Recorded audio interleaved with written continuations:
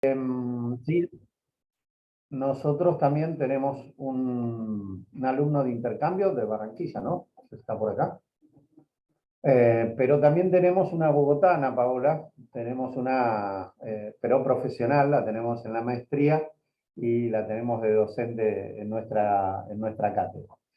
Bien, arranco entonces con la presentación. Yo estoy bien acá por el micrófono, ¿me puedo parar? Te puedes parar. Sí. Cualquier cosa nos avisan por el chat si nos escuchan, por favor. Porque así no... Tampoco hay Seguimos con la cámara. Bueno, yo voy a gritar, gritamos. Bueno, yo quería comenzar por tirar 2 o 3 tips entre Colombia y Argentina. La siguiente, por favor. Para ver también un poco características diferentes de nuestros países. Una población más o menos similar, pero que crece un poco más rápida la población colombiana. Una superficie de país donde sí la muestra es más extensa. Aclaro, ese valor de superficie no está contabilizando la Antártida, ¿sí? Si no sería 1 millón y pico más. Pero ahí también quiero comentar que Colombia es el país latinoamericano que mejor distribución de población tiene en su territorio. No es como el resto de los países y el nuestro particular, que casi la mitad de la población está concentrada en el área de la región metropolitana de Buenos Aires, sino que en el caso de Colombia hay una capital que tiene la mayor cantidad de población, imagino debe andar en los 6, 7 millones, no tengo el dato tan presente, pero sí después hay una serie de ciudades, 3 que van a marcar mucho, que tienen más de 2 millones, probablemente estén en 3 millones, y una cantidad muy grande de ciudades de más de 1 millón de habitantes, ¿no? A diferencia nuestro, esa es una distribución que le da una dinámica muy diferente al territorio. Bueno, por supuesto, en lo geográfico también, nosotros un territorio en gran parte plano y las posibilidades de trasladarnos más rápido, mientras que el caso colombiano es bien diferente. Pero desde el punto de vista de la planificación, hay un dato central en la estructura jurídico-administrativa y es que Colombia es un país central, ¿sí? Como lo es Chile, como lo es Brasil. Entonces, la ley de ordenamiento territorial es una ley que se define a nivel nacional. En el caso nuestro, Paola, nosotros somos un país federal y por lo tanto las leyes que tienen que ver con el suelo, el agua y el aire están en las provincias y por lo tanto las leyes de ordenamiento son provinciales. Lo único que podemos tener al respecto a nivel nacional, es decir, a nivel central, son las que llamamos leyes de presupuestos mínimos. Y el PBI también es algo que ha cambiado mucho. Nuestro país ha sido líder en materia económica en algunas épocas. Hace 20, 30 años perdimos ese rol en manos de Brasil. Y ahora Colombia es la segunda economía de Sudamérica y nosotros vamos quedando para atrás. Por suerte en el fútbol no, en el fútbol todavía nos va muy bien, ¿sí? Aunque yo recuerdo ese 5-1 que nos gana la selección colombiana de River allá por el año 93. Pero bueno, otro. Para no quedar solo con el PBI, este es el índice de desarrollo humano, es el que brinda el dato sobre las oportunidades que nuestras poblaciones tienen para desarrollarse. Es decir, es un índice de segundo grado que se compone con datos de educación, de salud y de ingresos. O sea, no muestra lo que mueve la economía, sino las oportunidades que puede tener la gente para desarrollarse.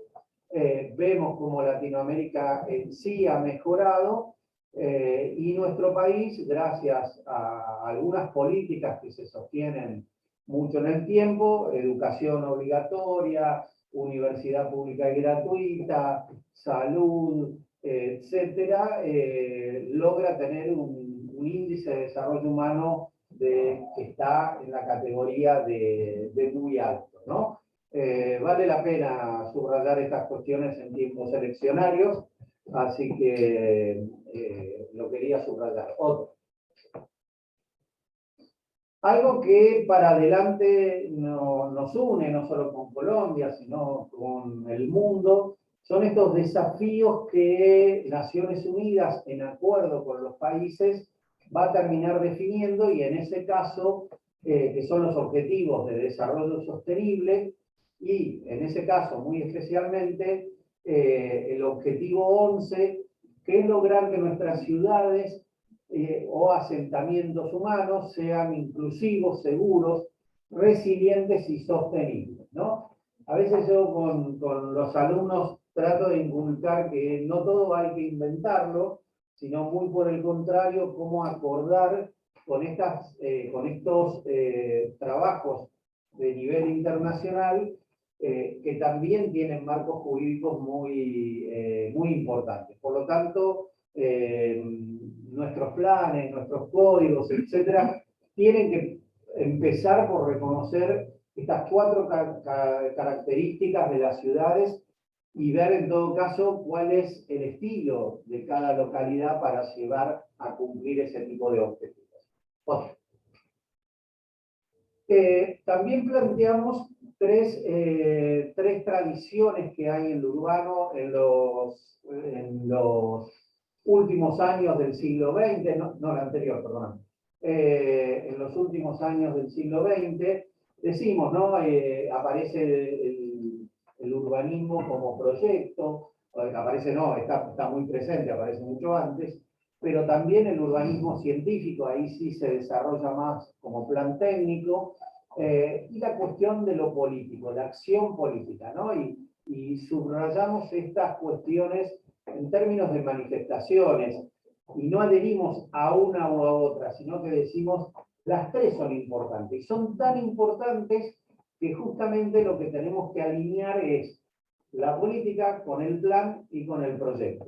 No hay transformación urbana posible si no tiene política, si no tiene plan y si no tiene proyectos adecuados, ¿no? Por otro lado, así como decíamos que hay unos objetivos que tomamos de todo el mundo para poder coordinar acciones planetarias, a esos objetivos le tenemos que llegar desde lo local.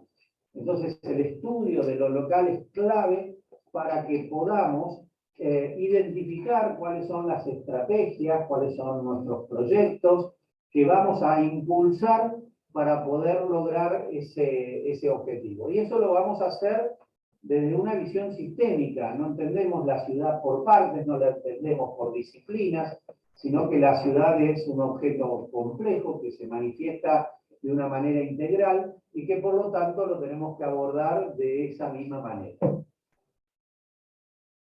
Y el acercamiento que hacemos a la ciudad, el primer acercamiento, todavía sin hablar de diagnóstico, ese enfrentar la hoja en blanco, o cuando llegas a una ciudad que no conoces, por dónde empiezo a mirarla, decimos que tiene mínimamente 2 agendas donde hay un punteo que tenemos que ir abordando. La primera cuestión tiene que ver con el soporte físico sustentable, es decir, esa ciudad sobre qué está parada, cuál es la relación con el suelo, con el agua, con el aire, cómo se comporta para que tenga sustentabilidad en el tiempo, ¿no? Por ejemplo, no urbanizar un humedal, no por una cuestión solamente ética, sino porque se te puede volver en contra y se te puede inundar después la ciudad. El ciclo del agua nos referimos al tema del agua de consumo humano, entonces también entenderlo en términos de ciclo en todas sus fases, desde producción, transporte, potabilización, distribución y evacuación, ¿no? Entender toda esa lógica. Lo mismo con el ciclo de los residuos. No hablamos de que el problema de los residuos es la disposición final, sino es todo el ciclo, ¿no? Porque si decimos es la disposición final, el basural a cielo abierto, y nos olvidamos de la generación del residuo cuando tenemos sociedades en estilos de consumo que todos los años incrementamos los metros cúbicos de residuos. Entonces, jamás vamos a resolver aquello que ya lo resolvemos bastante mal si no empezamos por reducir nosotros en nuestros propios estilos de desarrollo. La prevención de desastres como una cuestión también importante, la ciudad la tenemos que preparar justamente para poder enfrentar situaciones que no son normales. Y ahí identificar cuáles son los riesgos posibles y establecer las vulnerabilidades de la población es justamente el aporte que nosotros desde la planificación tenemos que hacer. Y por supuesto la preservación del patrimonio, tanto el natural como el cultural. El natural a veces, en el caso de las ciudades, no pasa por tener un área prístina de protección, pero sí tener alguna zona que nos permita no urbanizar en el ambiente más antropizado. De tal forma que puedo tener lo que llamamos un ecotono de fondo para poder medir qué le está pasando con la contaminación al resto de la ciudad. Y la nueva agenda urbana que se impone como nueva por nuevos desafíos que tiene la planificación, que no son fáciles de llevar adelante, pero que se va cambiando y que tratamos de dar herramientas en ese sentido, que comienzan por la administración del suelo, lo más típico que hace una oficina de planificación, ejecutar un plan y un código. Decirte dónde podés construir una casa, dónde podés construir un edificio o localizar una industria y ver que eso se cumpla. Pero en esta nueva visión también aparece como muy fuerte el trabajar sobre la accesibilidad al suelo urbano con servicio. El mercado, si lo dejamos librado al mercado, como decía la mirada tradicional, vemos que el mercado le resuelve el problema al 20% de la población. Después hay mucha población que no tiene cómo llegar a tener un terreno con servicios o comprar, por más que sea el más chiquito y el más alejado. Entonces, las políticas de accesibilidad a ese suelo hoy son clave y son eje central del planeamiento. También la producción de viviendas, ¿no? Es decir, cuáles son los esquemas, y acá otra diferencia grande con Colombia, que tiene políticas muy fuertes en términos de vivienda, con las BIS y las BIP, la vivienda de interés social y la vivienda de interés prioritaria, y lo nuestro que depende mucho del tipo de política de gobierno que se tenga. La movilidad como reemplazo del transporte, el transporte hacía eje en el vehículo, la movilidad de las personas y por lo tanto cambia nuestros propios proyectos de intervención. La seguridad claramente, y hablamos más que nada de seguridad ciudadana, pero claramente como algo que se nos impone en las agendas latinoamericanas. Y la seguridad no pasa por la policía necesariamente, sin duda que se necesita de las fuerzas para lograr seguridad, pero la seguridad ciudadana viene de otro lado, y voy a citar a algún alcalde colombiano que decía que, o dice, supongo que lo seguirá diciendo, que la seguridad no es la contracara de la inseguridad, porque la seguridad puede adquirir formas que no nos gustan, encerrarnos, rejas, alarmas, son formas de la seguridad para combatir la inseguridad, pero no es la contracara. La contracara tiene que ser la convivencia, y en la convivencia justamente el espacio de encuentro empieza a ser clave. El equipamiento, justamente, esos espacios de encuentro, pero la educación. Colombia, por ejemplo, hace algunos años han enfrentado un proceso nacional de ampliar su educación básica obligatoria. Y ese proceso llevó adelante la construcción de muchísimas escuelas. Y ese proceso, ahora entró en duda, Paola, si esto fue a nivel nacional o fue en Bogotá, pero llevó adelante un proceso de concursos públicos para construir esas escuelas, ¿no? Es decir, el tema de equipamiento es también un tema sustancial.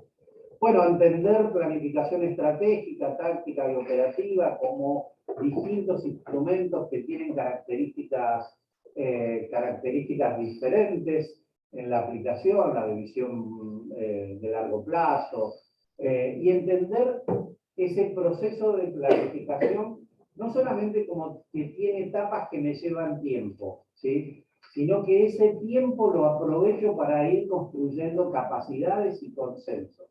Capacidades en los equipos de gobierno, que vas viendo cómo hacer un diagnóstico. Esto que enseñamos en el aula, yo siempre digo, tratamos de darle algunas pistas, pero se aprende cuando lo haces. Cuando te tocó hacer un plan, ahí lo aprendes. Ah, ¿y se acuerdan lo que nos decían en la clase del diagnóstico? Lo aprendes cuando lo haces, y por eso se vuelven procesos de capacitación muy buenos para la gente, digamos, para los equipos, pero como también buscan ser participativos, también lo son para la gente, ¿no? Entonces, nuestra etapa de diagnóstico y nuestra etapa de propuesta como cuestión clave, entender esa relación directa de problema, objetivo, programa. Suele suceder, no digo que siempre, pero muchas veces los diagnósticos son tremendamente exhaustivos, pero lo que sucede es que después no tiene que ver con el proyecto. Proyectamos lo que queremos, se proyecta lo que queremos. Y no es así. En esto hay que ser muy riguroso, sobre todo porque muchas veces tenemos evaluaciones de organismos nacionales o internacionales sobre nuestros planes. Hay que ser riguroso y lo que identificamos como problema es lo que tiene que dar la pauta al proyecto.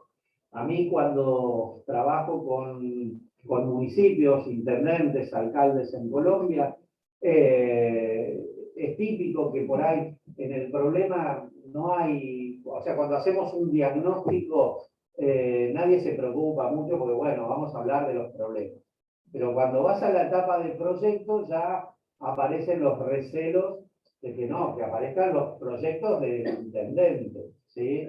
Y lo que el intendente no quiere hacer no tiene que aparecer. Y no es así. O sea, lo que aparece como problema aparece después como solución. Y hay que tener esa rigurosidad, ¿no? Bueno, distintos tipos de información que se pueden ir bajando sobre los planes. Por supuesto, lo que es estructura urbana como un análisis típico, pero que también aparece como una exigibilidad de nuestra ley. Datos como podría ser la antigüedad de la vivienda, o datos más nuevos como la cobrabilidad de los impuestos. Es decir, hay una cantidad de datos que la ciudad nos puede ir brindando, que tenemos que sistematizar, pero básicamente tenemos que construir información. Hacer un diagnóstico no es amontonar datos, hacer un diagnóstico es construir información. Y por lo tanto, necesitamos datos cuantitativos, datos cualitativos, que muchas veces salen, por ejemplo, de entrevistas, del reconocimiento de la ciudad, etcétera, para construir esa información que estamos necesitando. Y la mecánica de cómo vamos a avanzar en las etapas, a nosotros nos gusta decir que tiene que haber un trabajo interno, un trabajo técnico, para producir un primer documento, un documento de base, pero que sirva para ir a la experiencia de participación más grande, con talleres multisectoriales que puedan opinar sobre ese documento de base. Cuando digo opinar, que puedan tachar, que puedan verificar, que le puedan aportar al documento de la manera más clara y contundente posible. Y esos talleres con metodología, no es nos juntamos a tomar unos mates o un tinto. Les aclaro, un tinto en Colombia es un café, para que no crean. Y entonces es muy importante que esos talleres sean los que definan ese documento, ¿no? Pero sean también los que permiten que la comunidad se involucre en el proceso de definición del plan. Bueno, imágenes de talleres por acá cerca, en la ciudad de Necochea, con actores. Es muy importante trabajar el actor social, es decir, aquella persona que no solo va por sus intereses, sino que representa los intereses de algunos sectores.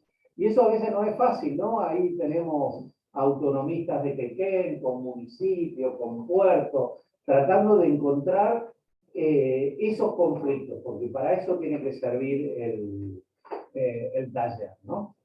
Sí.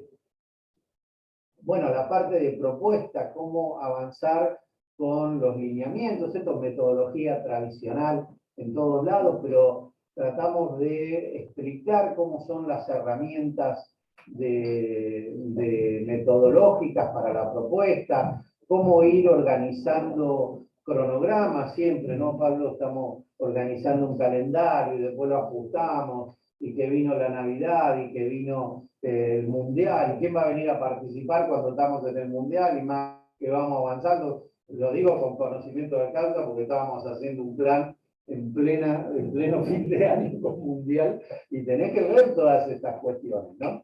Otra. Esquemas por ahí conceptuales, pero decir, nos trazamos un objetivo y el objetivo lo vamos a cumplir.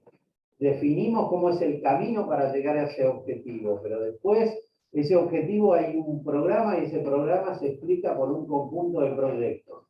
Todo lo necesario para cumplir el objetivo, pero la menor cantidad posible para que sea real. Y cada proyecto lo explicamos en componentes para que no sea algo declamativo, sino que sea algo muy concreto de lo que estamos diciendo, ¿no? Mostramos casos que pueden ser exitosos, diferentes, a nivel mundial, a nivel occidente, a nivel latinoamericano, el caso de Bilbao por su transformación, sin duda que lo es, el caso de Buenos Aires, toda la experiencia del Plan Maestro de Puerto Madero, Londres con las 2.000 hectáreas que incorporan al territorio urbano en la zona de los docks, de los muelles, el caso de España, concretamente Barcelona, con la zona cero, la diagonal al mar, que es interesante desde el punto de vista de desarrollo urbano, porque está muy metida dentro de la ciudad. Algunas intervenciones en centros históricos para ver otro tipo de problemática, como el caso de Quito en Ecuador, o el caso de Cartagena en Colombia, o el caso de La Habana en el centro histórico. También trabajamos Bogotá y Medellín como experiencias muy innovadoras, punitivas, en fin. Vamos tratando de incorporar casos en todo esto, ¿no? Y en la cuestión de la gestión, es decir, en el saber hacer también, no quedarnos solo con la planificación en términos de diagnóstico y propuesta, sino fundamentalmente también involucrarnos ya esto con los alumnos de quinto año, los que están más cerca de egresar, donde, bueno, presentamos las cuestiones propias de la política, de la gestión, de lo jurídico, de lo económico. Es como un poquito más pesada la materia, pero es la que nos permite tener las herramientas para poder actuar. Vemos la normativa que tenemos en nuestra provincia de Buenos Aires, contando también las excepciones en otras provincias, porque nuestros alumnos obviamente los preparamos para todo el territorio nacional. Entender este producto tan particular que se combina con dos productos diferentes, este producto inmobiliario que tiene una parte suelo y una parte de edificación, entender a la edificación como parte de la inversión, del trabajo, de la secuencia de productos que van a ser elaborados, mientras que el suelo, en su sentido, no solamente de costos de producción, sino básicamente de precio de especulación. Cómo se llega desde los costos que me determina un valor de suelo a los precios inmobiliarios que incorporan toda esa expectativa de valorización futura que llamamos especulación, ¿no? Y ahí ver justamente cuáles son los distintos tributos que manejamos en los municipios, las distintas herramientas de financiamiento para poder pagar la ciudad. Pero no solo para poder pagar la ciudad, sino también para inducir al comportamiento que quiere el plan. Con mucho de lo que está ahí, podemos, por ejemplo, capturar rentas extraordinarias, o podemos mejorar la accesibilidad al suelo, o podemos directamente financiar los servicios que se están prestando, ¿no? Vemos cómo trabajar el tema de los mapas de valor de suelo, por ejemplo, o cómo trabajar sobre parcelarios, identificando desde distintas situaciones, viendo casos concretos para explicar algunos temas, como pueden ser el de plusvalías urbanas, entendiendo la relación que existe de los distintos tipos de instrumentos de gestión, la relación, por ejemplo, de plan y código como dos cosas que están perfectamente vinculadas o deben estar perfectamente vinculadas y no que es uno o que es el otro. Los sistemas estructurales y de soporte de gestión urbana, que son los que nos permiten vincular los instrumentos, las herramientas y los mecanismos, los más conocidos, por ejemplo, el sistema de distribución de cargas y beneficios de la capacidad constructiva, que es lo que nosotros llamamos el FOS, el FOR, las restricciones distintas que tengamos al dominio, la promoción de procesos de producción social, por ejemplo, que es lo más nuevo que hace unos 10 años más o menos venimos manejando. En esto Colombia está más adelantado, pero es como también le hacemos lugar a los que no pueden pagar una propiedad a valor de mercado, ¿no? La captura de la renta extraordinaria, que para nosotros es muy nuevo todavía en la gestión, quizás no en el mundo académico, y en esto es algo que podemos mirar a Colombia o a Brasil de manera muy, muy específica. Por supuesto, procesos de participación ciudadana, la gestión territorial de la información o la prevención de riesgo y cambio climático también es sustancial cuando vemos estos sistemas. Yo les decía que sistemas es vincular instrumentos, herramientas y mecanismos. De ese paquete tendremos unos 60 elementos de gestión disponibles, con experiencia, con definiciones claras, con marco jurídico. Bueno, ¿cómo voy eligiendo en función de cada sistema esos elementos, ¿no? Y las herramientas pueden ser con determinantes físicos, justamente estas que hablamos del FOS, del FOT, con determinantes registrables, por ejemplo, el registro de demanda habitacional, es decir, la gente que está buscando una vivienda, fiscales y tributarias, las que vimos, de producción y promoción del suelo, cómo definimos zonas especiales de interés social, las que veíamos de participación, las de articulación con otros niveles de gobierno, con la banca pública, con distintas empresas que están vinculadas con lo público. Todo esto es importantísimo poder definirlo y convertirlo en herramientas, ¿no? Por último, también mecanismos que pueden ser metodológicos para la evaluación de proyectos prioritarios o para definir evaluación fiscal, evaluativos que tienen que ver con los estudios de impacto, con calidades como puede ser la del agua, en fin, y sancionatorios, como es nuestra estructura de mecanismos que vamos a tener para, digamos, caerle al que no está cumpliendo con la ley de una manera adecuada para que justamente no esté tentado de hacerlo. Bueno, y con eso creo que es todo lo que terminé. Más o menos era presentar un poco lo que vemos en la materia.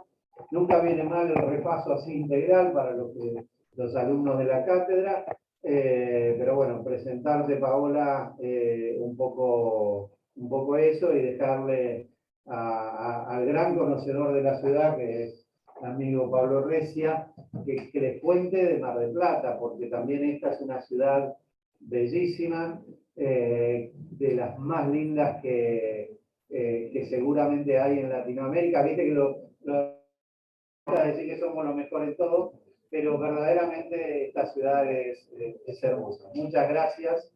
Lo dejo con Pablo. Muchas gracias. Me encantó. Hemos continuado. Haces el agua y la otra agua. Para mí.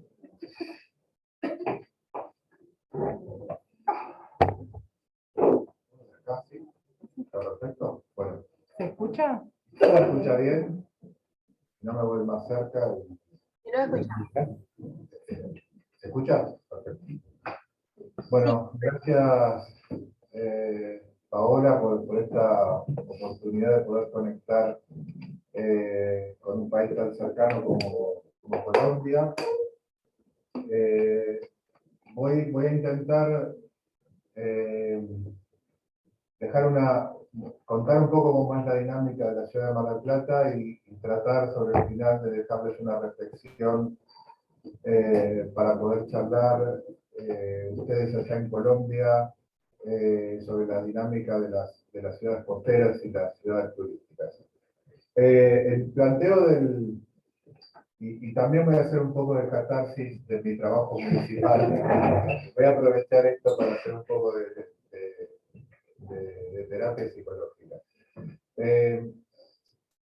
¿Por qué empiezo por esto de una gestión pública en una ciudad nerviosa? Pasa otra. Esto de la ciudad nerviosa es una especie de frase sacada de un libro que compré en Barcelona de Enrique Vilamatas, que a su vez se copiaba esa frase de Roberto Arques, un gran escritor argentino, y entonces me la copié yo también, ya que era copia de copia, dije, bueno, vamos a copiarla. Y tiene que ver con esto de estas ciudades, de un rasgo que tenía que ver antes con las ciudades metropolitanas, que se ha trasladado a las ciudades de mediana escala, como es Mar del Plata.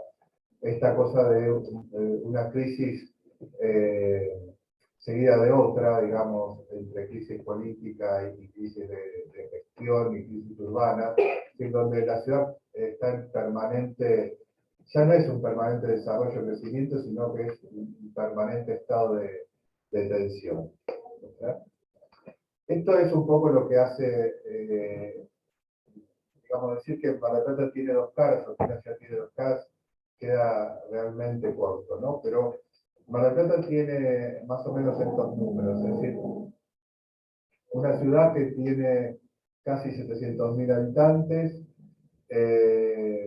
una ciudad extensa en costa y con un territorio también rico en actividades productivas, con una estacionalidad muy marcada, 8 millones, casi 9 millones de turistas visitaron la ciudad el año pasado, y como la contracara de eso, un nivel de pobreza y de indigencia muy marcado. Siempre es una ciudad que está en tope del desempleo en la nación, ¿no? Uno no puede entender por qué una ciudad con esa influencia del turismo tiene un alto grado de desempleo, justamente por esa estacionalidad que genera. Muy poca tierra fiscal para generar, digamos, cambios en la estructura urbana de la ciudad. Como contraparte, casi 1.000 millones de dólares de exportaciones. Un gran consumo de agua per cápita, ahí está un poco lo que decía recién José, de los problemas del estudio del agua como un problema fundamental, más el de los residuos.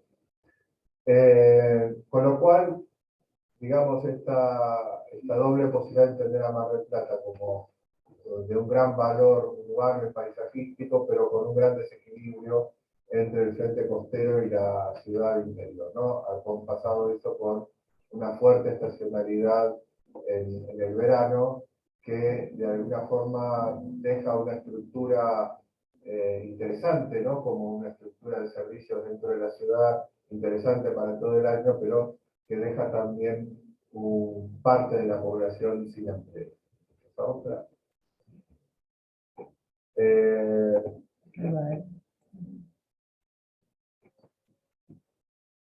Esto es un poco parte de ese nerviosismo, ¿no? Este es como, digamos, sería como la intervención urbana más importante de la ciudad en términos de construcción del sector costero, que es la construcción del casino, complejo casino interprovincial, ¿no? Construido en los años 30 y que de alguna manera fue el conjunto que es como la postal de la ciudad, ¿no? Que fue construido en etapas, ¿no? Antes fue una vieja rambla francesa, ¿no? Hermosa, y que tenía un parque por detrás, como vemos ahí arriba a la derecha, y que esa estructura se deterioró hasta el punto de no poder ser utilizada por el ambiente costero marino, que tiene una erosión salina muy importante, y en ese parque se construyó este complejo, ¿no? Como, digamos, parte de lo que era Mar del Plata, ese parque General Paz que veíamos arriba a la derecha, se destruyó para construir otro complejo que después, con el tiempo, se conformó en la postal de la ciudad, ¿no? Y esto es una parte de esa condición de ciudad que va con cierto nerviosismo cambiando su fisonomía en muy pocos años. Mar del Plata comenzó, dice otra profesora de urbanismo de la casa, como una ilegalidad fundante, ¿sí? Como un trazado en un sector rural en donde no se podía hacer ciudad. Bueno, las gestiones del propietario de la tierra hace que se puedan parcelar, digamos, parte de lo que hoy es la estructura urbana, el sector céntrico de la estructura urbana, donde antes había solamente un pequeño saladero, una especie de construcción hecha por un portugués que venía digamos, a producir o a sacar sales para poder mantener la carne y poder exportarla. Me quedo con la ilegalidad fundante y voy a esta ciudad mutante, como otro profesor de acá de la casa dice, ¿no? En este sentido, es una ciudad que va creciendo sobre sí misma en muchos aspectos, cambiando su fisonomía,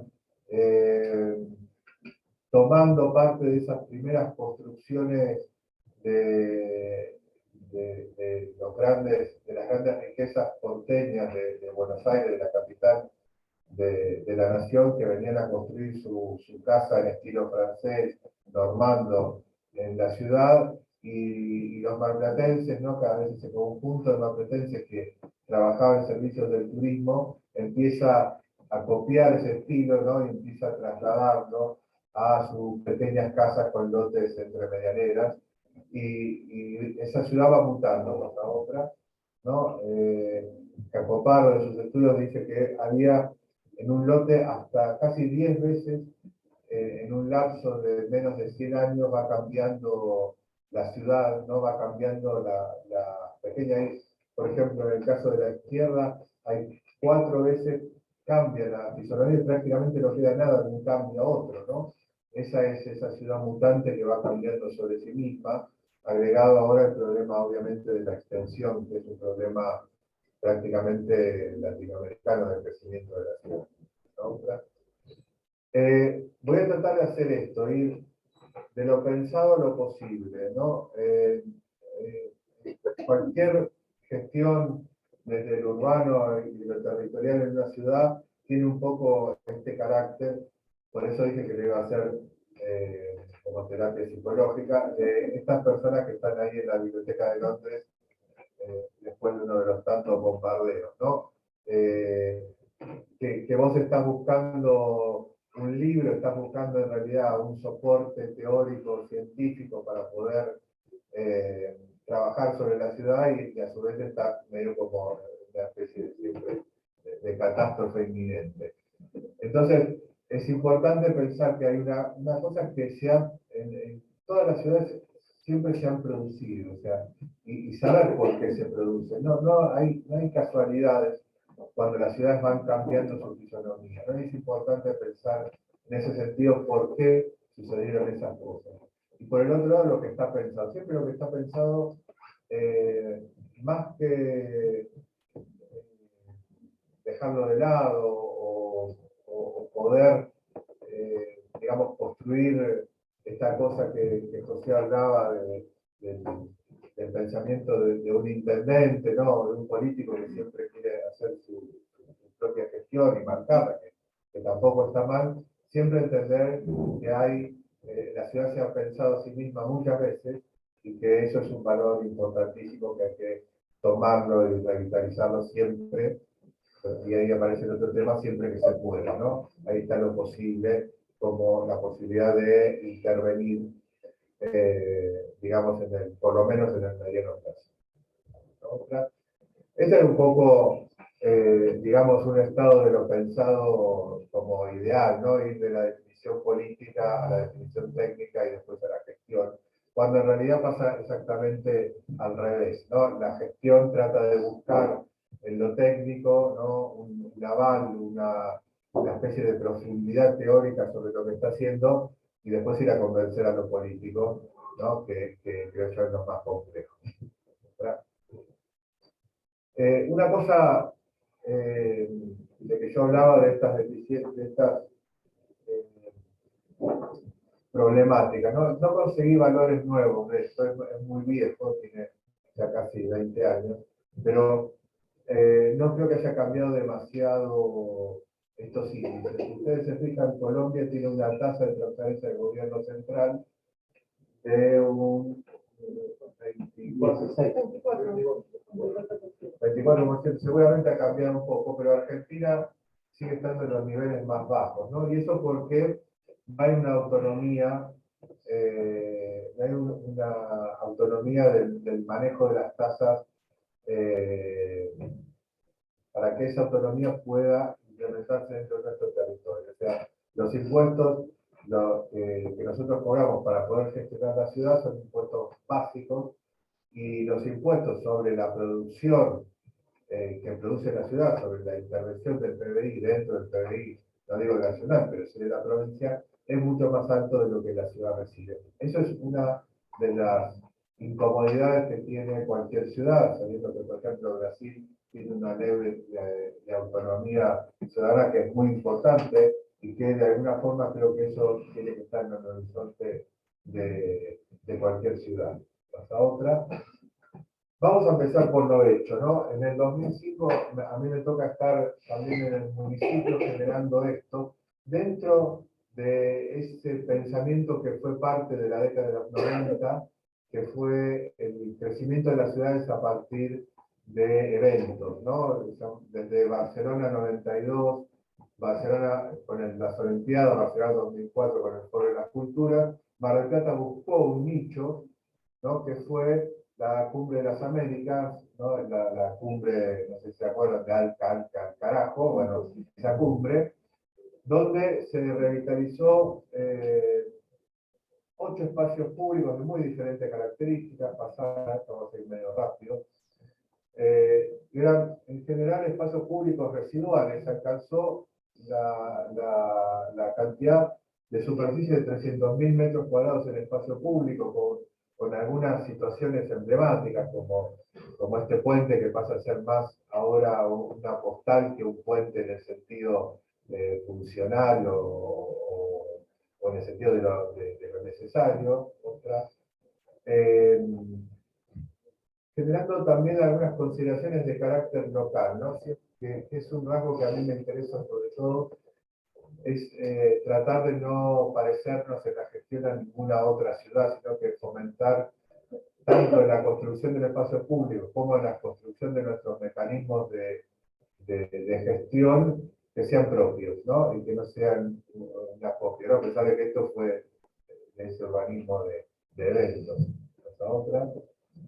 Grandes espacios públicos que estaban deteriorados, ramblas, paseos, equipamientos, otra. Emblemas que ahora esto encontró su lugar en el mundo, este arco ahora está el Divo ahí atacando. No lo quise traer porque me da un poquito de bronca que esté el Divo. Pero bueno, 20 años después se encuentra su lugar. ¿Qué va a hacer? Pasa otra. Está apropiado, eso es sin duda. Significación plus, ¿viste? Sí, sí. Es impensado, pero bueno, pero está. Algunas consideraciones sobre el equipamiento del espacio público que tienen que ver con nuestro clima, es decir, ¿no? Hay algunas cosas que nuestro clima no nos deja hacer y otras cosas que sí, el uso de la madera y el hormigón, poco metal, ¿no? Que es una cosa que se destruye rápidamente en nuestros frentes costeros. La otra. Algunas consideraciones sobre el lugar también. Por ejemplo, este era un lugar que la gente iba a pescar y entonces se pensó un equipamiento específico para que el pescador pudiera ahí poner su caña y poder pescar. Esto que el pescador ahí iba con un tacho de 20 litros de pintura, se sentaba y apoyaba. Bueno, esa mirada sobre el lugar y sobre lo que pasaba hace que uno diseñe lugares específicamente para ese lugar, ¿verdad? Aunque a veces la gente lo usa de muchas maneras, ¿no? Que está bastante bien. Otras cosas que pasaron, por ejemplo, un problema grave de la ciudad era el tratamiento del borde costero y sus desagües locales, que eran sobre el mismo territorio que posibilitaba esa estacionalidad, ¿no? En el mismo lugar donde el turista iba a bañarse, nosotros depositábamos nuestros residuos locales, ¿no? Esto tuvo una gestión de más de 15 años hasta que se logró construir un emisario submarino de más de 3,5 kilómetros de largo, que posibilitó, aparte de su tratamiento, que los efluentes fueran muy internos en la cuenca marina, lo que de alguna manera posibilitó que todo el frente costero de la ciudad se pudiera utilizar por cuestiones turísticas. Otra, o pequeños, a veces no hay tiempo para hacer planes, ¿no? Esto me tocó a mí dibujarlo, y fíjense que no es esquemático, es casi diría hasta feo el dibujo, ¿no? Pero este dibujo feo en el que se trabajó con la universidad, el Poder Judicial y la municipalidad, posibilitó este segundo plano, que es todavía más feo que el primero, en donde se distribuyeron una serie de terrenos que prácticamente lo que hacían fueron que el organismo de administración de bienes del Estado pudiera identificar unos terrenos para el Poder Judicial, para el municipio y para la universidad. La universidad termina no utilizando esos terrenos, tomando otra decisión estratégica, pasa a otra, y sí, por ejemplo, el Poder Judicial lo toma haciendo un concurso público para la construcción de diversos juzgados, que todavía está pendiente. Hace poco tuvimos una reunión para revitalizar este proyecto, esperemos que se haga, y en el lugar donde estaba destinado al municipio como contraparte, aparece hoy el Centro de Especialidades Médicas, que sin ese plano horrible, digamos, no pudiera haber estado en la construcción de este lugar, ¿no? Entonces, a veces esa oportunidad o esa oportunidad en el sentido de hacer un plan, aunque sea mínimo, está en el sentido de la oportunidad de poder generar algo mucho más lejano en el tiempo y que hoy se convierta en un edificio que fue fundamental en el transcurso de la pandemia. Esta otra. El otro tema fue, digamos, por ahí puede ser un tema menor, pero para, digamos, el imaginario de la ciudad, la Casa del Puente, la Casa sobre el Arroyo, inaugurada hace menos de una semana, implica también una gestión de largo aliento, ¿no? Desde el incendio, cuando la casa era privada, hasta el primer convenio de intervención para, por lo menos, hacer que no se siga destruyendo, y poner seguridad y demás. La compra en el 2012 y la puesta en valor, hasta otra, hoy la casa,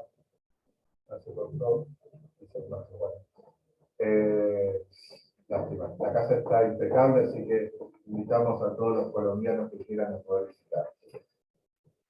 Ahora pasamos un poco a lo pensado, ¿no? A qué hay detrás de los planes que se han hecho para la ciudad. Esos planes empezaron en el 2004, el primer plan estratégico participativo de la ciudad, y siguieron 2 años después en el plan de gestión territorial, también en un carácter más técnico, pero también con un cierto incentivo participativo, sobre todo en las áreas técnicas del municipio, ¿no? Es importante involucrar las áreas técnicas del municipio, no solamente la participación ciudadana, que es obvio que es importante, sino a que las áreas técnicas no se encuentren refugiadas en sus propios saberes, sino que puedan compartir y puedan, digamos, tener una dinámica hacia el interior del municipio, ¿no? Los municipios están fragmentados, sectorizados, y es muy importante tener estos proyectos transversales. Otra. En un momento, 2012-2013, parece que a Mar del Plata le agarró una especie así de catarsis de planificación.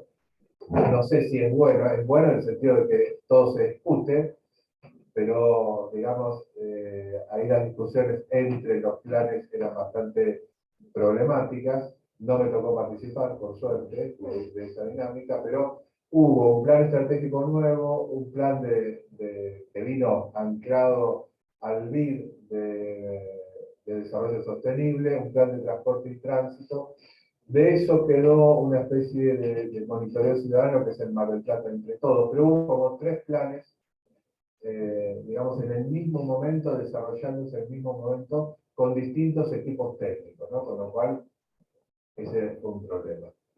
Sin embargo, pasa otra, si uno ve las metas, por ejemplo, del Plan de Desarrollo Sostenible, pasa otra, o, por ejemplo, la caracterización del plan de 2004 al del 2013, con las salvedades, digamos, del esquematismo propio de un AutoCAD viejito, ¿no?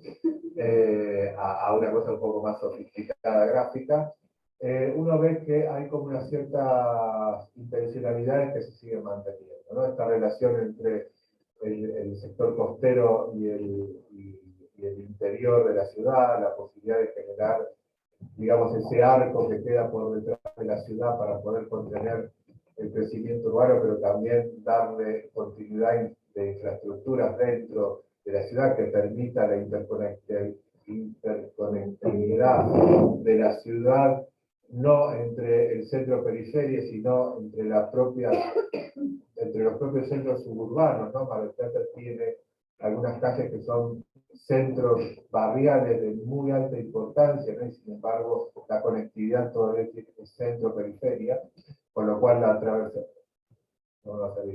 atravesabilidad de la ciudad es compleja. Pasa a otra.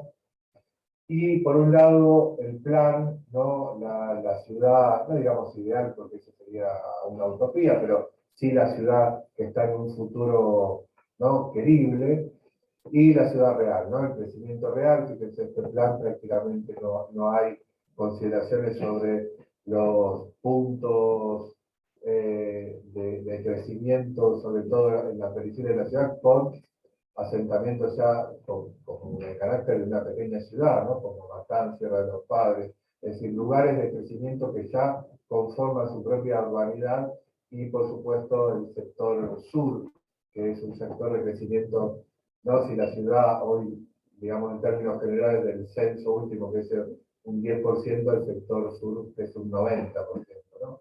Obviamente de muy poca escala, pero es un crecimiento muy rápido, ¿no? Que va a generar una serie de problemas en el crecimiento de la ciudad. La otra. Algunas cosas que quedaron de ese plan del BID, ¿no? Que tiene esta idea de financiar proyectos, ¿no? Es el Parque de la Vía, que es uno de estos sectores de relación transversal con la ciudad, es una vía en desuso de hace muchísimos años. Ahí me tocó también participar en algún momento, pasa otra, ¿no? Que trataba de generar también una visión consensuada del proyecto, ¿no?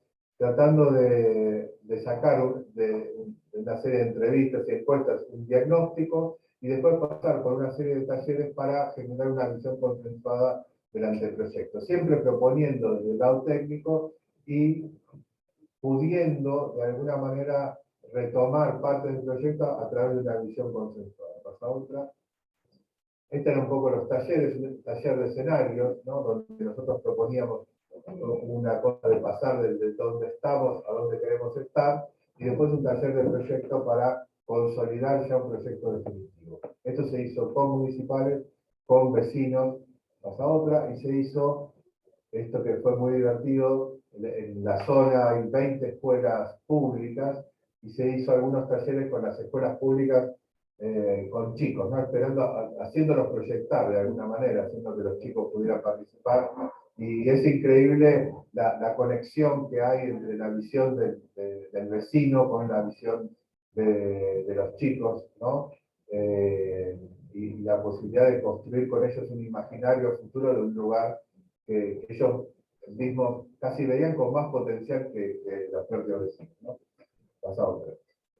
Este es un poco el proyecto como quedó y que hoy está con financiamiento posible por parte de la Nación, esta otra, por lo menos de un tramo, o estas cosas, ¿no? Grandes edificios que quedan, ¿no?, sin utilizar, casi más de 10.000 metros cuadrados de construcción sin utilizar. Bueno, rever el proyecto, hacerlo posible de alguna manera. Esto está hoy lejos de poder construirse, lamentablemente, esta otra.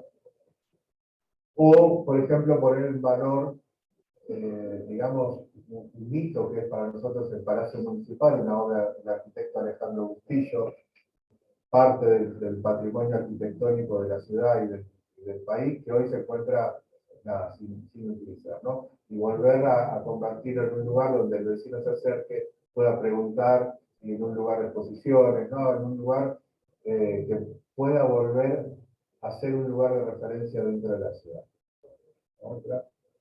Esto es lo que nosotros pensábamos, ¿no? En el 2019. Tener una cuestión estructural. Tenemos ya proyectos, tenemos planes, ¿no? Pensar más en la estrategia de articulación de esos planes y la posibilidad de llevar adelante, cambiando la modalidad de práctica, sobre todo en esto que yo llamo gestión asociada público-público, ¿no? Municipio, provincia, nación, y lo coyuntural, es decir, la agenda del día a día, ¿no? Que la agenda del día a día esté estructurada en función de una agenda más a largo plazo, ¿no? Pensar que la coyuntura no es una cuestión del día a día, como parece en un principio, si es una articulación de largo plazo. Si nosotros hacemos coincidir esas dos situaciones temporales, vamos a tener, digamos, una acción en el tiempo mucho más densa, en el sentido de tratar de unir aquello que no se puede hacer y lo posible, ¿no? Lo que podemos hacer en el corto plazo. ¿La otra? Esto era un poco vincular los instrumentos de planificación con una gestión asociada dentro del municipio y articular con modalidades de práctica diferentes, ¿no? Modalidades de práctica que tengan que ver con un carácter asociativo, coordinado, generar espacios de consenso en donde se pudiera, digamos, contrastar estas situaciones. Pasa otra, y apareció esto, ¿no? 2020, un incendio enorme en el medio de la ciudad.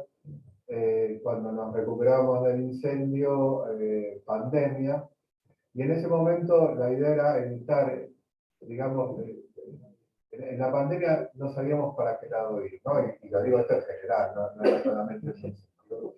Entonces trabajamos sobre tres situaciones, ¿no? Cuando, digamos, la situación, por un lado, iba por el lado de los sanitarios, fundamentalmente, trabajamos sobre estas cuestiones, espacio público, volver a una nueva mirada sobre antiguos instrumentos de planificación y generar procesos y productos de planificación destinados fundamentalmente a lo posible.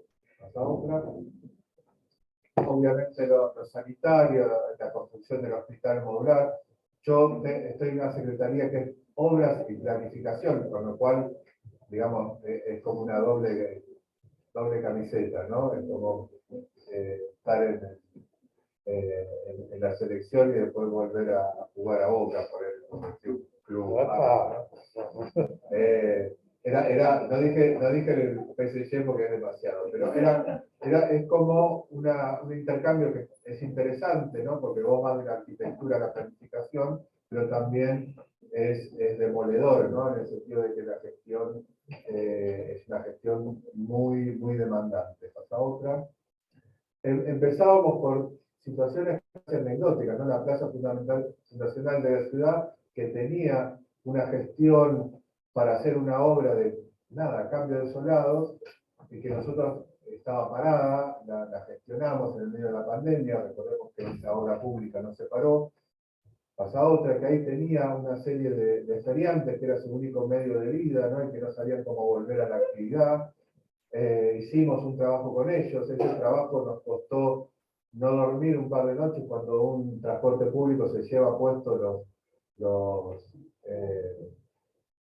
módulos, esos muy simples, y tuvimos que arreglarlos y para que ellos pudieran volver a su actividad normal, y a partir de eso generar otras apuestas sobre la ciudad, ¿no? Es decir, bueno, pasa otra, vamos a dejar esta plaza como si fuera la mejor plaza de la ciudad, cambiaremos, ¿no?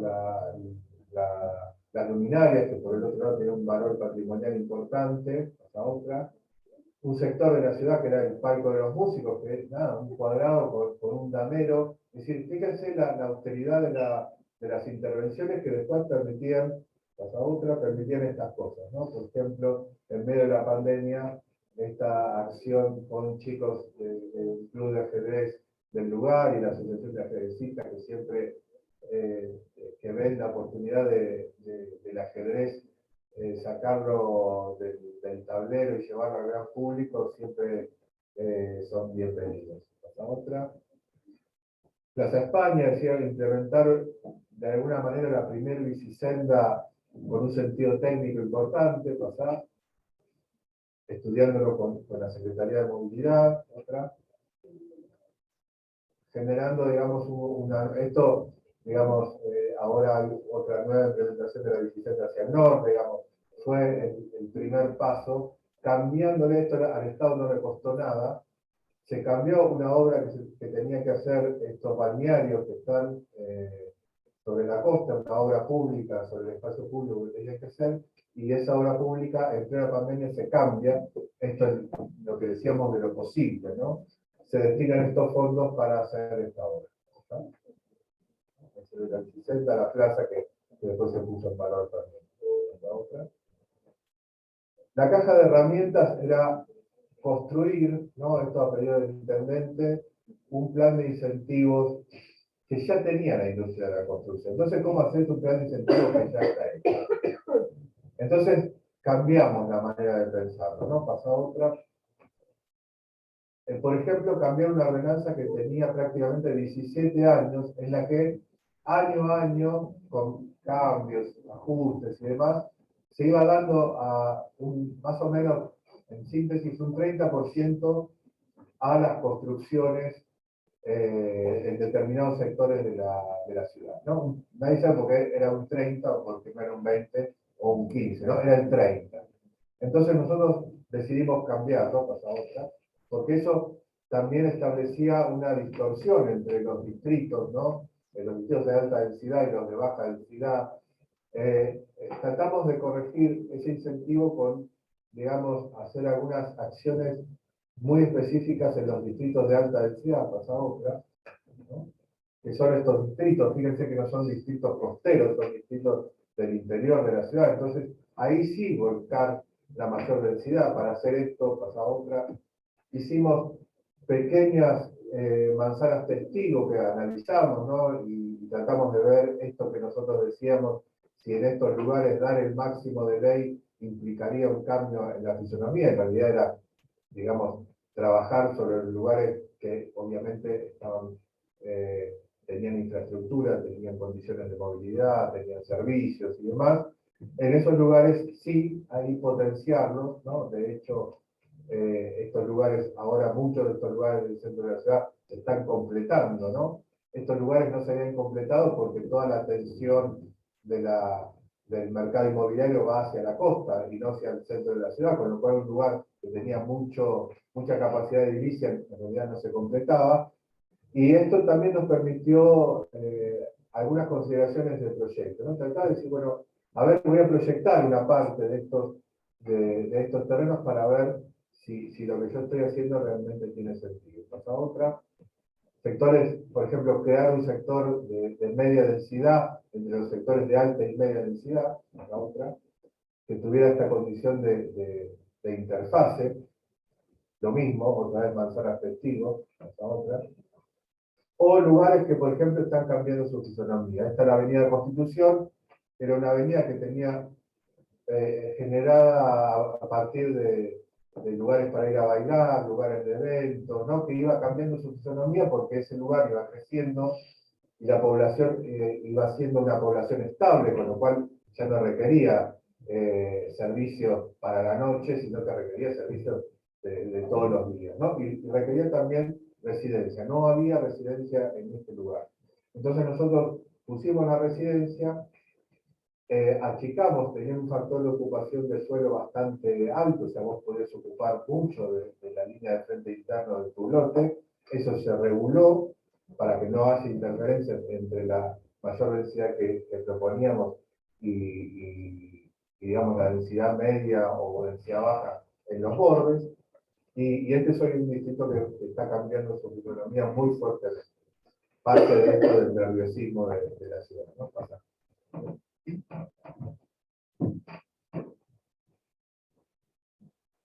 El distrito de tecnología del conocimiento es un distrito que está creciendo enormemente, es, digamos, una posibilidad de un cambio también en la dinámica productiva de la ciudad.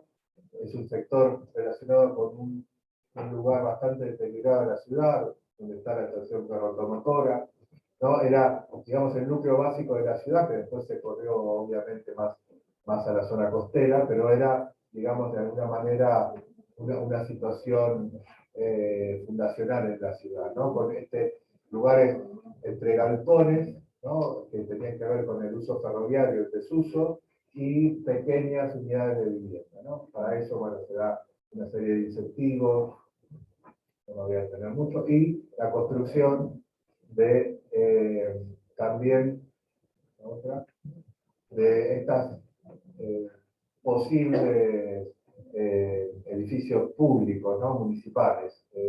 Del edificio de la estación que hoy está desocupado, que es un edificio emblemático, patrimonio histórico, pasar a ser la tecnoteca, es decir, esta relación entre, digamos, los chicos y la tecnología, esta otra, o una incubadora de empresas que es un edificio. Todo esto está con los proyectos presentados en Nación y bueno, ahí están pendientes de financiamiento, de conseguir las tierras y esa otra. Hacíamos estos cálculos también, cuánto era lo que nosotros dábamos como capacidad edilicia, ¿no? Si eso no superaba la capacidad de infraestructura del lugar. Bueno, nada, no les voy a contar, pero estos trabajos están hechos. ¿Verdad? Y esto provocó este salto. Fíjense, en el 2020 la capacidad constructiva de la ciudad bajó a casi los mínimos históricos y repuntó en el 2021-2022, pasando ya por sobre los niveles anteriores de la pandemia. Esto quiere decir que de alguna forma ese plan que involucraba la construcción, pero estaba focalizado en el empleo, está dando por lo menos su resultado. Después, en ese momento, se crearon estas tres como estas tres normativas que permitían de alguna manera tres formas de articular la ciudad, ¿no? Una eran las áreas de acuerdo urbano, que estaban destinadas a los grandes vacíos urbanos dentro del ejido, digamos, destinados fundamentalmente a emprendimientos inmobiliarios de alta calidad, ¿no? Es decir, tentar al mercado inmobiliario para ocupar esas zonas que tienen infraestructura, servicios y demás. Las otras eran áreas de proyectos de inserción sociourbana que tenían que ver ya con la gestión de suelo para generar, digamos, una apertura hacia, digamos, a sectores más desprotegidos en ese sentido. Y un fondo de mejoramiento del hábitat que de alguna manera conectaba estas dos áreas para tener esto que José decía, esa plusvalía, o esa renta del suelo, ¿no? Y que esa renta del suelo pudiera estar en un lugar, ¿no? Y que no vaya a las rentas generales del municipio, ¿no? Para pagar sueldos y demás, sino que tenga un destino específico. Esto tuvo diferentes... todavía creo yo que necesitan varios años más para poder gestionarse. Las áreas de acuerdo urbano, es decir, esta tenía como, en principio, tiene los máximos de ley, o sea que vos no tenés que ir a pedir indicadores, sino que en determinado tamaño de parcela, que son parcelas que van desde mitad de una manzana hasta la manzana completa, vos puedes tener los indicadores y después ese proyecto es aprobado por el Consejo Deliberante. O que esto posibilitó, por ejemplo, la presentación de tres proyectos ahora, ¿no? ¿Verdad? El proyecto donde estaba el Hotel Hammingham, que es un vacío urbano, el Hammingham se demolió hace unos 10 años, un poco menos de 10 años. No voy a hablar de los proyectos de arquitectura, ahí uno podría hablar grandemente, pero de alguna manera posibilita una gran inversión, más a otra. Esto está por ir al Consejo Deliberante. El Chateau Frontenac, que es un edificio, un hotel de gran valor patrimonial, que está cerrado desde hace muchísimos años, vandalizado, intrusado y demás. Bueno, hoy tiene esta especie de torres que están acá, tiene una ordenanza aprobada de esas torres, hay un cambio ahora en la fisonomía, las torres ahora son más pequeñas y más altas, esta de la esquina, no voy a entrar en más definiciones, esta otra. O este predio que, digamos, independientemente de la arquitectura, digamos, es la unificación de dos manzanas, ¿no? Que es una cuestión por lo menos inédita en la ciudad, ¿no? Que es un emprendimiento inmobiliario que toma dos manzanas, genera un puente entre las dos y demás. Uno puede decir, esto parece Miami, no sé, no me voy a meter en eso, pero digamos, me parece importante hacer que de alguna manera algunos mecanismos de gestión están funcionando. O las áreas del proyecto de inserción sociourbana. Acá pasa otra, o el fondo, ¿no? Digamos, la compensación de estos grandes proyectos, la compensación de los proyectos de inserción sociourbana pasan a este fondo de mejoramiento de calidad, ¿no? Que está destinado o a la compra de tierras, o a la construcción y acondicionamiento de equipamiento, o a la construcción de vivienda, ¿no? Este es un fondo puramente municipal, que es lo interesante, me parece. Por favor. Las áreas de proyecto de inserción sociourbana tienen que ver con este mapeo, ¿no? Que es el mapeo de, digamos, los asentamientos irregulares que hay dentro de la ciudad, ¿no? Con grados de ocupación diferentes y también con grados de problemática bastante diferentes. Pero como ven ustedes, son muchos, hay alrededor de casi 9.000 familias viviendo en estos asentamientos irregulares, algunas en condiciones de indigencia bastante preocupantes. Pasa otra. En estos lugares donde estamos trabajando. Estamos trabajando, es decir, estamos teniendo un cierto impacto. Eso no quiere decir que estemos contentos, ¿no? Estamos trabajando ahí con las dificultades que los casos conllevan, otra. Y estamos trabajando en este sentido, ¿no? Por un lado la municipalidad, por el otro lado 3 convenios con la universidad, ¿no? Un convenio con proyectos de investigación y extensión como Hábitat y Ciudadanía, como el proyecto de producción de espacio y tiempo social y derecho a la ciudad, y con el Instituto de Hábitat y Ambiente.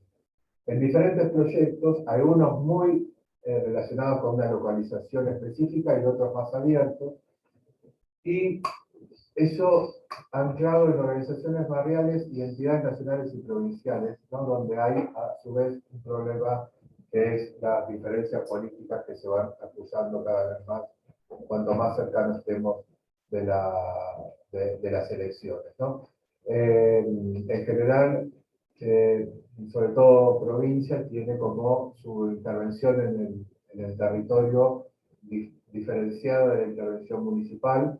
En algunos casos tenemos un poco por relaciones personales, mejor relación, en otros casos nula, ¿no? Y dentro de esa interacción me parece, esto viene un poco anclado a lo digital, aparece la gente, es decir, aparece la gente como, digamos, un colectivo, no me salió un mejor nombre que gente, es raro, pero bueno, como un colectivo que tiene diferentes posibilidades de interactuar con el municipio.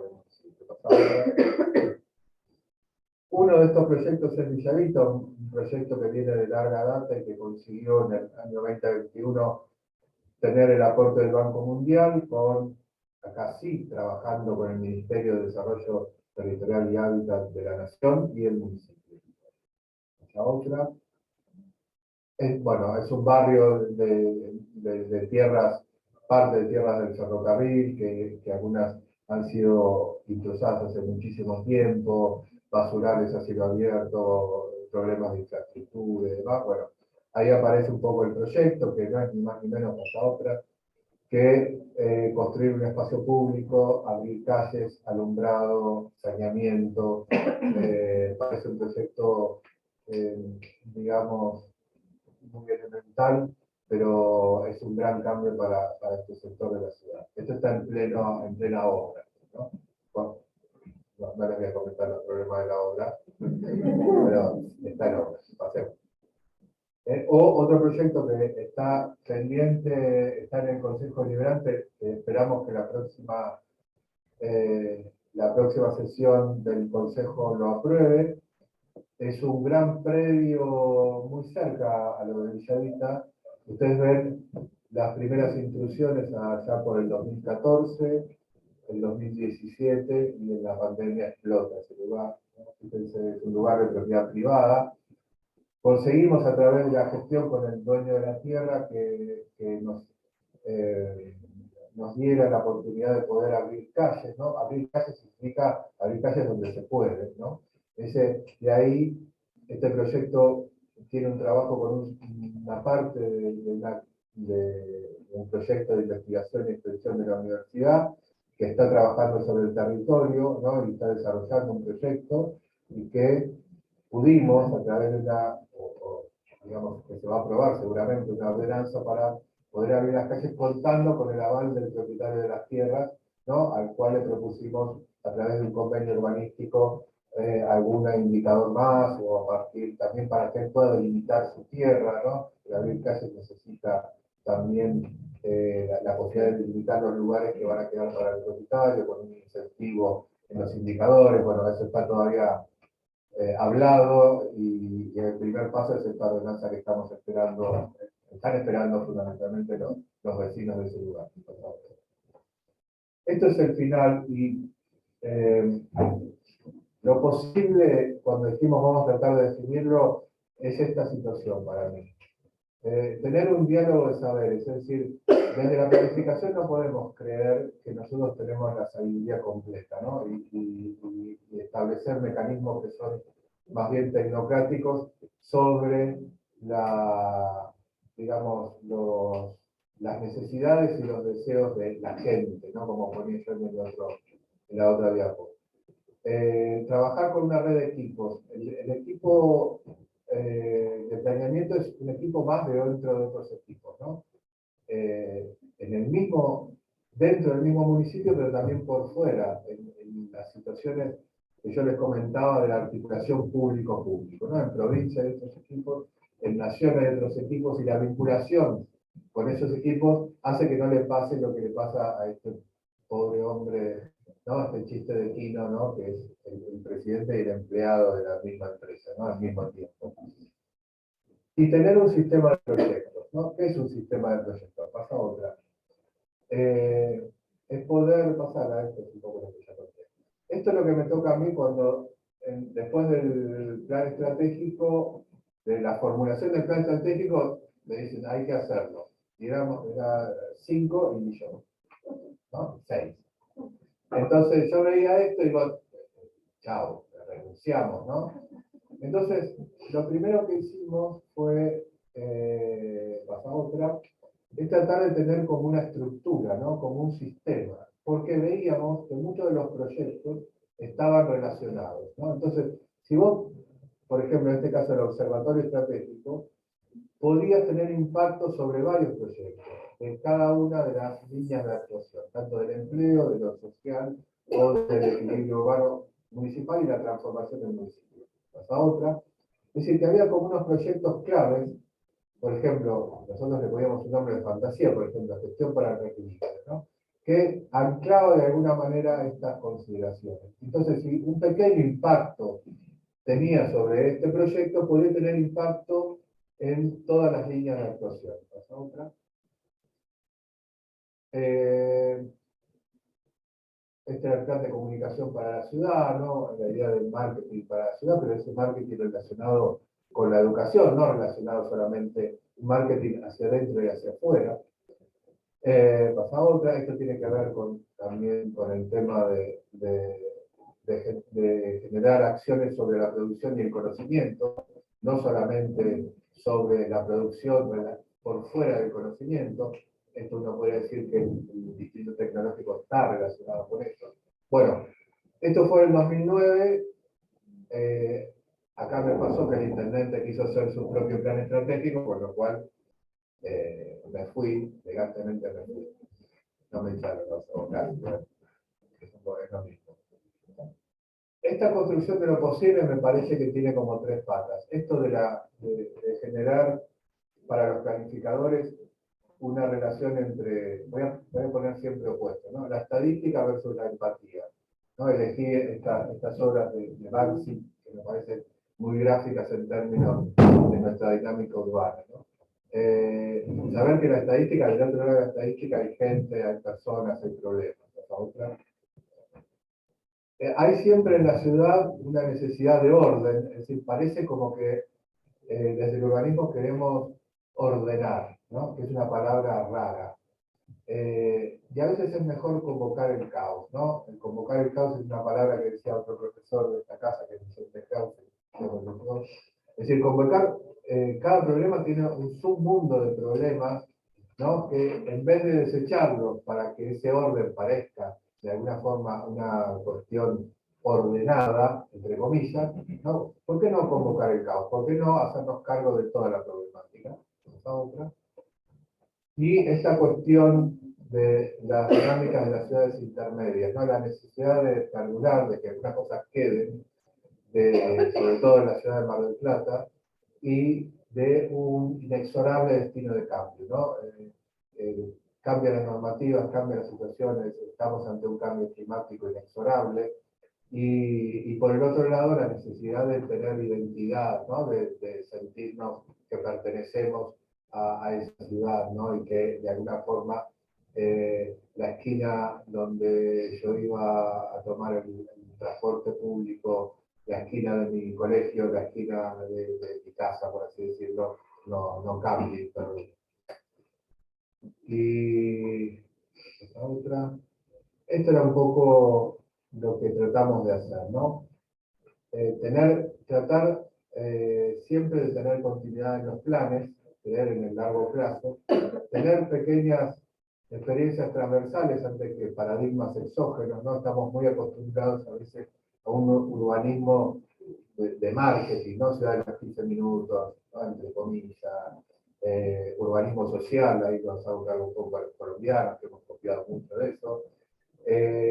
Crear nuestros propios paradigmas no estaría tan mal, ¿no? Y tener una creatividad en los procesos antes que en los productos. Los productos formales está bien que sean creativos, innovadores y demás, pero me parece que es necesario tener creatividad también en los procesos, que hace que después esos productos en sí mismos sean creativos. Bueno, además, nada, empezar a entender que el futuro es un producto de lo que hacemos hoy ya, en este presente, ¿no? Lo que hago yo hoy cuando dejo de estar acá contándoles a ustedes esto y voy a la municipalidad y me estalla el teléfono y llego y pienso un poco en estas cosas, ¿no? En creer en el largo plazo, creer en la continuidad, en las pequeñas asociaciones transversales, ¿no? Transversales en el sentido de involucramiento de diferentes sectores y de alguna forma creer que eso en el largo plazo va a tener un fruto, va a tener un fruto para la ciudad, ¿no? Que no es el fruto de los 4 años de una gestión municipal, ¿no? Sino que va mucho más allá.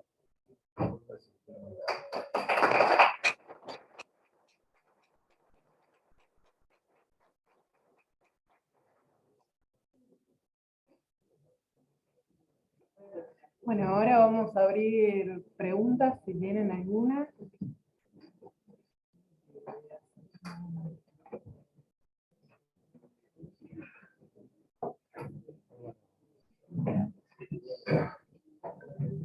María, aprovecho para darles las gracias por esta intervención. Me encantó todos los temas que tocaron, toda la explicación de los proyectos de intervención, una buena gestión. Me pareció muy interesante. Muchísimas gracias, profesores. Este espacio, pues la idea es que lo sigamos haciendo durante el año. Chicos, queda abierto el micrófono para cualquiera de ustedes que tenga alguna duda, algún comentario, algo que quiera decir, alguna pregunta. Lo mismo para los presentes. Andrés Vázquez alzó la manito. Sí, Andrés.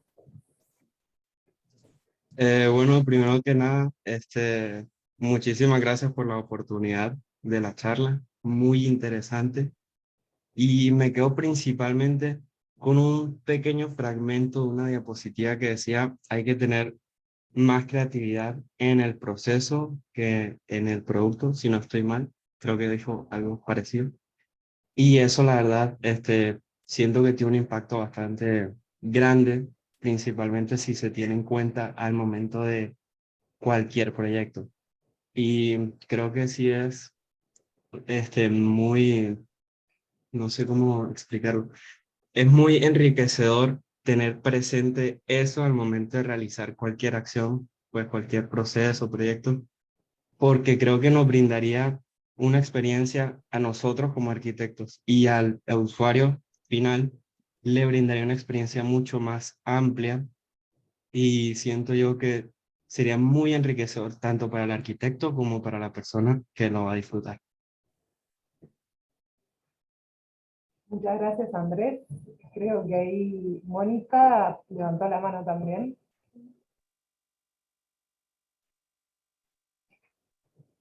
Sí, Mónica. buenos días. ¿Me escuchan? Sí, ¿me escuchan?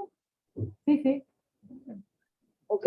Tengo una pregunta en relación al contexto en que ustedes están en Mar del Plata.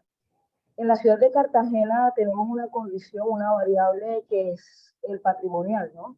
Tenemos unas normativas que regulan alturas en zonas de influencias protegidas por el PEN, que es el Plan Especial de Manejo del Patrimonio. Frente a esa misma dinámica y condiciones y variables que Mar del Plata puede tener, igual que Cartagena de India, la pregunta puntual es, en estos planes de gestión territorial, ¿cómo han hecho para manejar esos temas?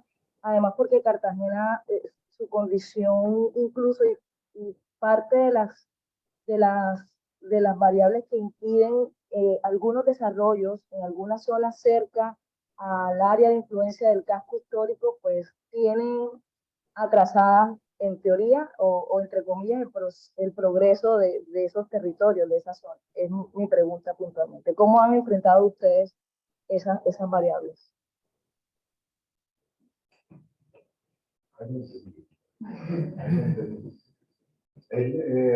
A ver, hay una normativa que ya desde los años 90,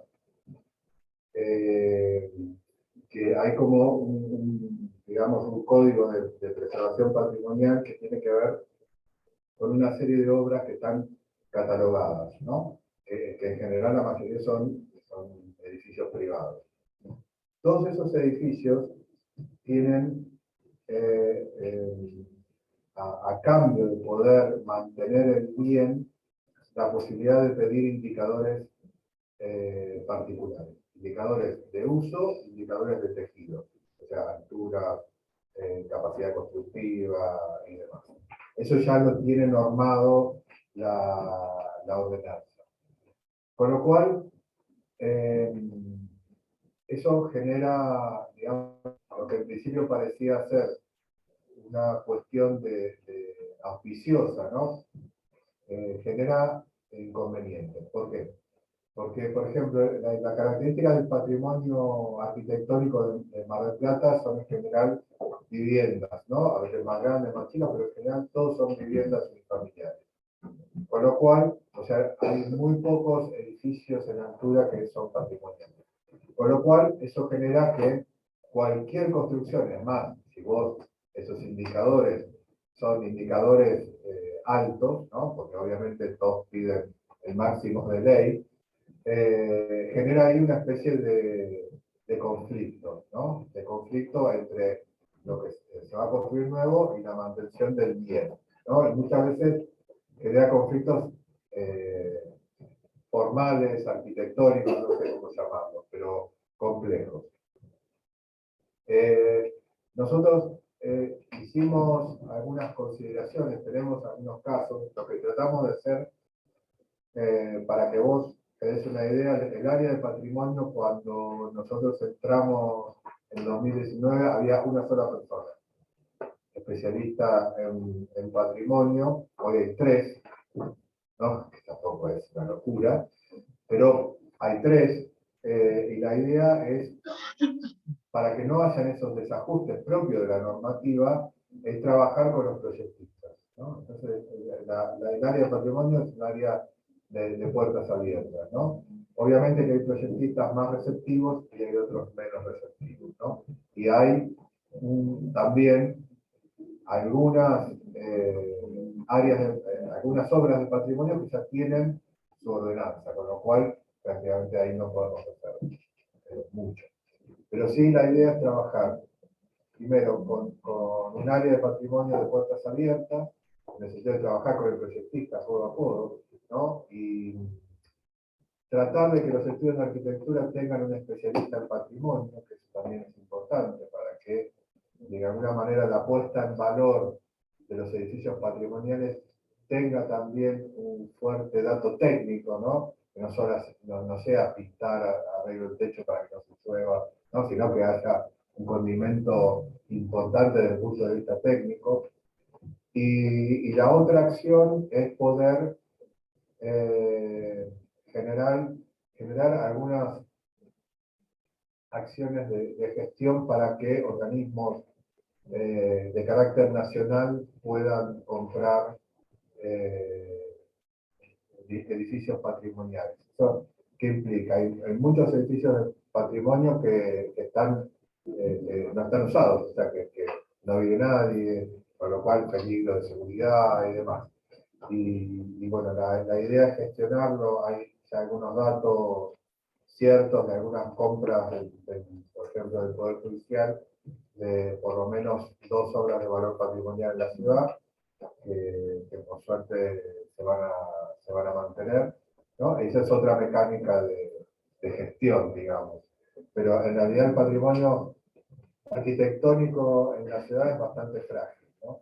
Y también hay un patrimonio que está referido no a la obra en particular, sino a las áreas, ¿no? De valor patrimonial, que es otro trabajo que tenemos pendiente, que algo hemos avanzado y que trataremos de tener alguna normativa en ese sentido, que no vale por el objeto patrimonial en sí, sino que vale por, digamos, la interacción de ese objeto con otro, ¿no? Con lo cual Claro. lo patrimonial es un área, es una extensión de suelo mucho más importante que la obra en sí que lo compone, ¿no? Así que, bueno, en eso estamos, y más que nada en poder abrir la gestión del área patrimonial a los proyectistas y de poder gestionar a nivel nacional y provincial con otros estamentos del Estado para que se apropien de esos edificios. Claro, muchas gracias. Lo que pasa es, para comentarles el contexto, ahorita mismo en la ciudad de Cartagena se está gestionando un plan parcial para un barrio que está cerca a los extramuros de las murallas de la ciudad de Cartagena, y parte de ese plan parcial, en principio su idea es poder desarrollar ese territorio. Lo condiciona mucho estas normas de edificabilidad, de altura y de índice de ocupación, los planes de manejo especial del patrimonio. En un terreno donde hay mucho valor del suelo económico, por su proximidad al casco histórico declarado Patrimonio de la Humanidad, pero que también tiene que cumplir con unos vínculos y unos enlaces con otros elementos constructivos declarados como patrimonio. Entonces, casi que el 50-60% de todo el área del plan parcial de ese territorio, el 60% lo condiciona la norma PEN, que es la norma del patrimonio. Entonces, bueno, acá estamos hablando de arquitectura militar colonial y las condiciones son distintas. Muchas gracias. Tiene un problema grande. Yo, si querés, después podemos intercambiar la normativa que hay acá para que sirve, para estudiarla. Nosotros no tenemos esa condición de casco, digamos, ¿no? De casco histórico. En general, lo que yo te comentaba, son en general villas de viviendas unifamiliares con terrenos generosos, ¿no? Con lo cual eso hace que la dinámica sea muy diferente a las dinámicas de los cascos históricos, ¿no? Los cascos históricos son mucho más complejos. No solo eso, Pablo y Mónica, un poco Cartagena es patrimonio de la humanidad, por lo tanto es un bien tutelado internacionalmente, que además tiene un valor importante porque digamos, esa medalla que tiene un impacto directo en las actividades turísticas, o sea, culturales. Es decir, tener algo dentro de un casco patrimonio de la humanidad tiene una valoración plus que es significativa.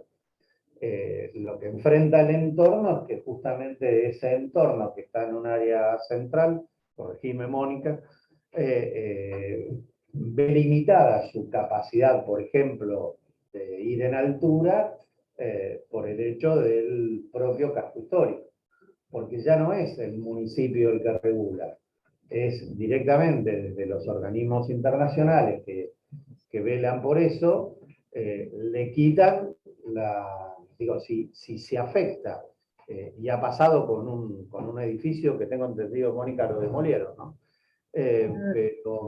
Acuarela.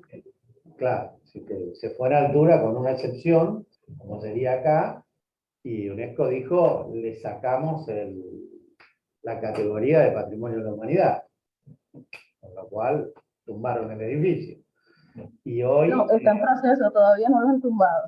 Todavía no lo tumbaron. ¿Hay alguien preso por eso, Mónica? No, desde las curadurías, que son las que emiten las licencias para la construcción. Acá, por ejemplo, lo de las curadurías no existe acá en Argentina. Acá lo hace todo el Estado, la Oficina de Planeación. Pero bueno, básicamente es un tema que UNESCO te levantó la designación de Patrimonio de la Humanidad. Y te levantaron eso y el nivel del casco histórico se te cae. Tiene un impacto económico, ¿no? Así que temita totalmente distinto, Mónica, acá que el patrimonio tiene rango municipal nada más, ¿no? Alguna que otra obra, Sí, muy puntualmente, pero bueno. Muchas gracias. ¿Se los presento? No.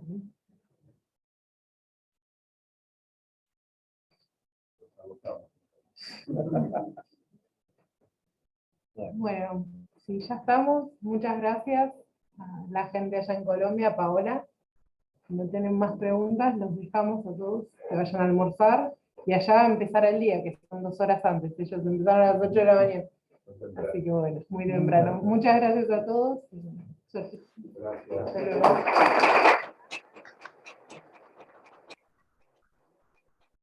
Gracias a todos por su asistencia. Espero que nos volvamos a ver.